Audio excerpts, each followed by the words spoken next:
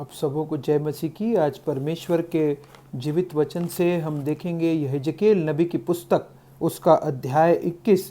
और इस वचन में हम ये देखेंगे किस प्रकार से परमेश्वर ने एक प्रकार से भविष्यवाणी करी, और वो भविष्यवाणी यहेजकेल नबी ने सारे इजरायलियों के लिए करी।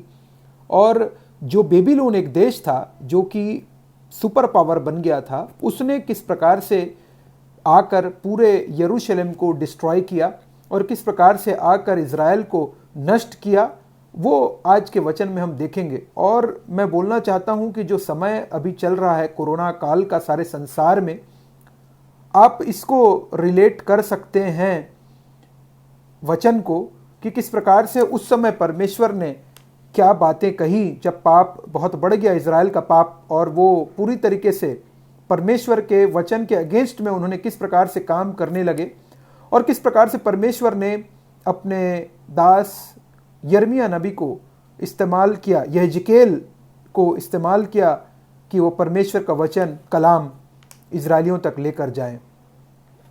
पहली बात हम पाते हैं 21 के 1 में, यहेजकेल 21 का 1 में, यहोवा का यह वचन मेरे पास पहुंचा, हे मनुष्य के संतान, अपना मुख यरूशलेम की ओर कर और पवित्र स्थानों की ओर वचन सुना।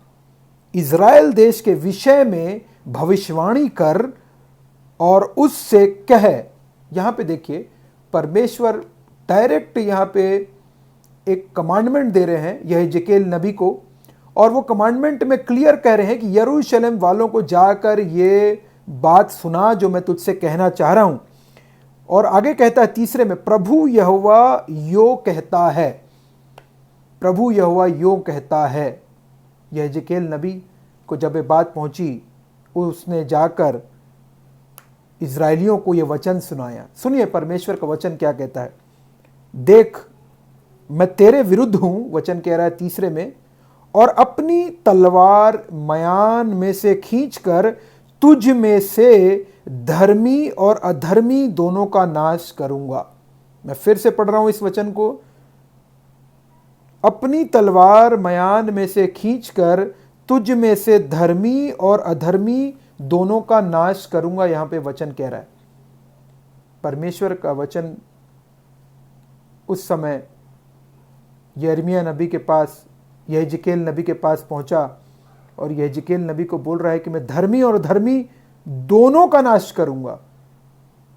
जब कोई पेंडेमिक आता है तो वो ये नहीं देखता है कि कौन अमीर है, कौन गरीब है, कौन धर्मी है, कौन अधर्मी है।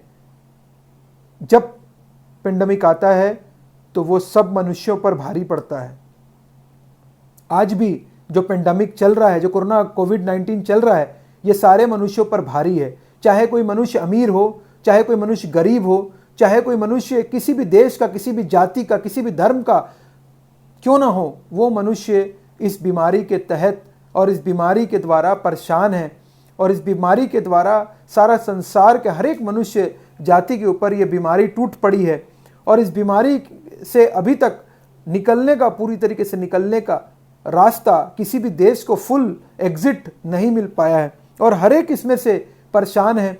और उस समय भी परमेश्वर का वचन इजरायलियों को जब पहुंचा था, और वो उस समय बहुत ही ज्यादा पाप में और अपराध में और गुनाह में वो लोग जी रहे थे इजरायली, और इसीलिए परमेश्वर ने उनको दंड दिया। और परमेश्वर ने जब उनको दंड दिया तो दंड देकर उनको वचन क्लियरली उनको पहले ही बोल दे रहा है, भविष्यवाणी कर दे रहा है, इसके पहले कि आके उनको डिस्ट्रक्शन के पहले की बात कर रहा है।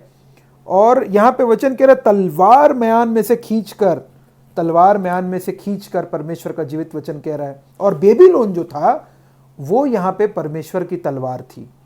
आप देखिए, बेबीलोन परमेश्वर को नहीं जानता था, बेबीलोन परमेश्वर को नहीं मानता था, ना जानता था, लेकिन उस बेबीलोन को परमेश्वर ने की तलवार बोला गया उस समय, क्योंकि वो तलवार परमेश्वर ने बेबीलोन को भेजा था कि वो यरूशलेम को जाके डिस्ट्रक्शन करें, क्यों, और धर्मी और अधर्मी दोनों को मारे, क्योंकि उन्होंने परमेश्वर की बात को नहीं सुना था, आज्ञाओं का पालन नहीं किया था, परमेश्वर की आज्ञा का उल्लंघन किया था, परमेश्वर की आज्ञा के अगेंस्ट में अपनी लाइफ जी थी, अपनी विल को फॉलो किया था, परमेश्वर को पूरी तरीके से भूल गए थे, परमेश्वर को पूरी तरीके से छोड़ दिए थे और अपने पाप में और अपने खुद के विल को, अपनी इच्छा, अपनी योजना और अपने आप को पूरी तरीके से ये भूल गए थे कि कोई परमेश्वर है ही नहीं, परमेश्वर है ही नहीं। And eat drink and B Mary, और अपने ही कार्य में लगे हुए थे, अपने ही प्रॉब्लम, अपने ही चीजों में इन्वॉल्व थे, और वो भूल गए थे कि कोई एक जीवित खुदावंत है जिसने इज़राइल को बंदी गृह की सिचुएशन से, मिस्र की बंदी गृह से जिसने निकाला है, और जो जीवित खुदावंत है, और जिसने पूरी तरीके से लाल समुद्र को दो भाग कर दिया, जो परमेश्वर ने मूसा को दर्शन दिया, उसी परमेश्वर ने यहोशू के थ्रू विक्ट्री दिलाई। और वो जीवित परमेश्वर का वचन कहता है किस प्रकार से मैं दिन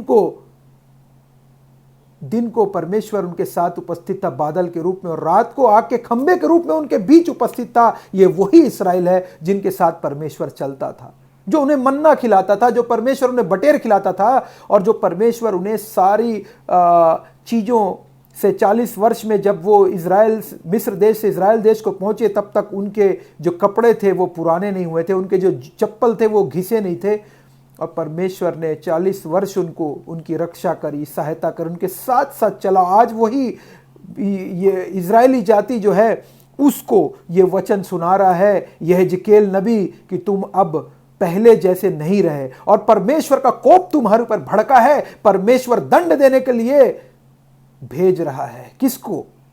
परमेश्वर दंड देने के लिए भेजा उस बेबीलोन को, जो बेबीलोन परमेश्वर को नहीं जानता था, और वो परमेश्वर की तलवार कहलाई।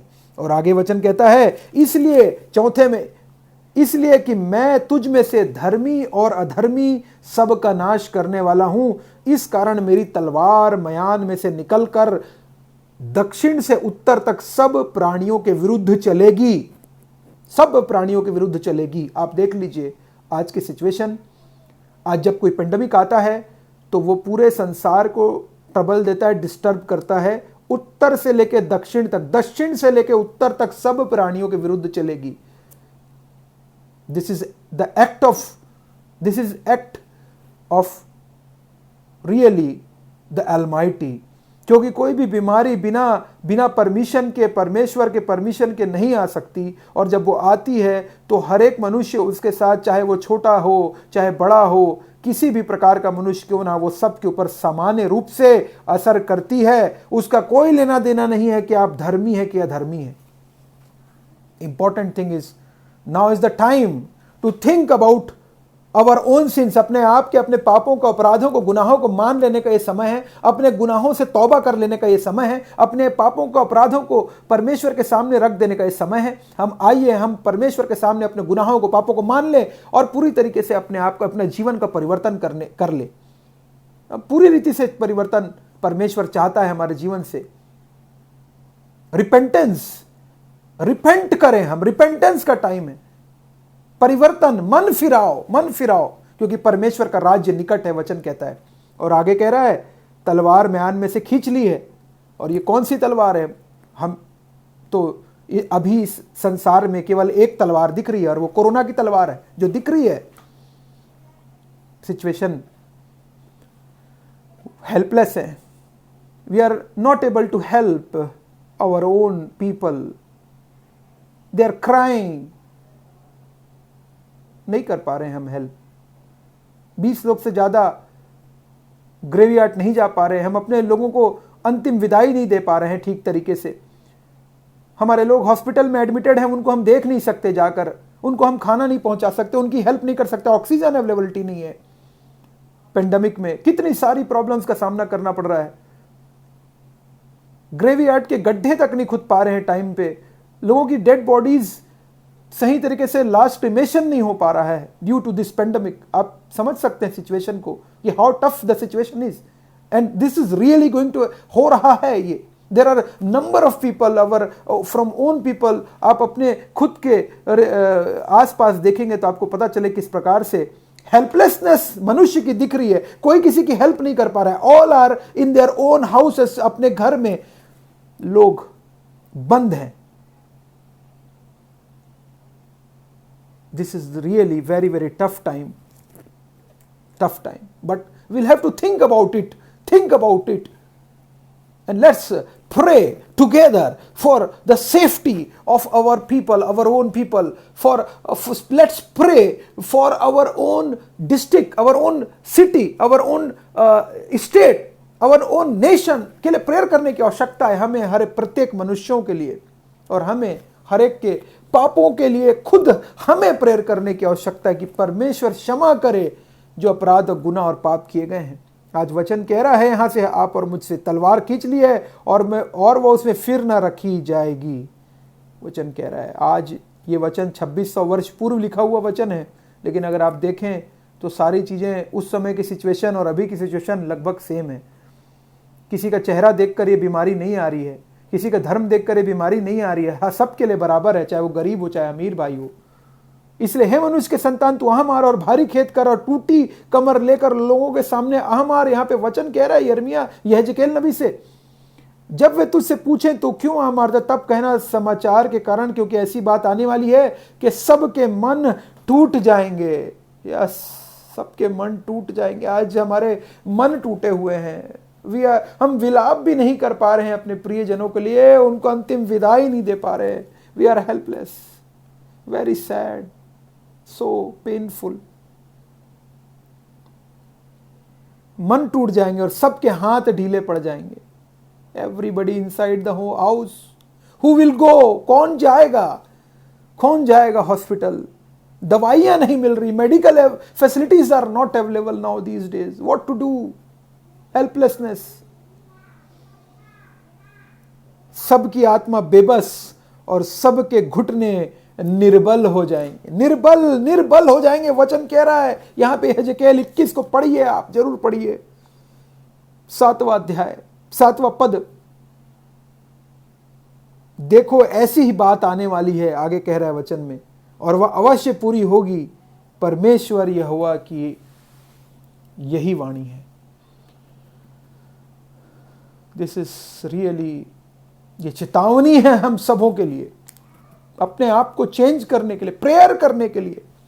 Change our self from every kinds of since. अगर हमारे अंदर है, हम चेंज करने का समय, अपने आप को परिवर्तन करने का समय, प्रेयर करने का समय है हर एक के लिए, अपने आप के लिए, अपने बुरे कार्यों से तौबा करने का समय है, पापों को, गुनाहों को, अपराधों को मान लेने का समय है, क्षमा करने का समय है अपने लोगों को। अगर आपके मन में किसी के लिए कुछ प्रॉब्लम है, आप उसे क्षमा करें। ये समय नहीं है कि हम, दुश्मनी का समय नहीं रहा। My dear friends, my dear loved ones, this is the time to think, this is the time to pray, this is the time to confess our sins, this is the time, this is the worst time going on, and we are helpless. I am feeling helpless because I am not able to help my people right now. मैं अपने लोगों की सहायता नहीं कर पा रहा हूं, and I am feeling so sad about it. But हम कुछ कर सकते हैं, और वो है प्रेयर, हृदय का परिवर्तन। अगर आप और मैं घर में बैठकर अगर हम प्रेयर करें सबों के लिए, God will definitely listen our cry, God will definitely listen our prayer, God will definitely look to us. हम घमंड में इस समय ना आए। हर एक घमंड जो है मनुष्य जाति का, वो टूट चुका है। हर एक साइंटिस्ट हो, चाहे वो बड़े से बड़े डॉक्टर्स हो, हर एक जन इस बीमारी से त्रस्त है, परेशान है। और मनुष्य जाति का जो घमंड था कि हम चांद पे पहुंच गए हैं, वो सारा घमंड आज घुटनों पर आ चुके हैं। वचन कह रहा है यहां पे, वचन क्लियरली कह रहा है, सबके घुटने निर्बल हो जाएंगे, घुटने पर आ चुका है मनुष्य ड्यू टू दिस पैंडेमिक, महामारी के द्वारा। आइए अपने आप को चेंज करें। परमेश्वर का वचन कह रहा है, परमेश्वर की तलवार से केवल हम बच सकते हैं, केवल और केवल उसके चरणों पे शरण में आ जाने पर हमारा बचाव है। उसके शरण में आ जाएं, पापों से क्षमा, पापों की क्षमा के लिए हम प्रार्थना करें, अपने गुनाहों के लिए, अपने परिवार के गुनाहों के लिए, अपने लोगों के गुनाहों के लिए, पापों के लिए, अपराधों के लिए हम प्रेयर करें। Forgiveness, repentance, God is looking towards अस, कि हम अभी भी मौका है, समय रहते उसके पास आ जाएं। ये प्रिविलेज है कि आज हम जीवित हैं, ये प्रिविलेज है, परमेश्वर ने जीवित रखा है। कितने सारे हमारे प्रियजन हमारे बीच में से जा चुके हैं, वेरी सैड बट ट्रुथ, ये ट्रुथ है, सच्चाई है जिसे आप और मैं नहीं झुठला सकते।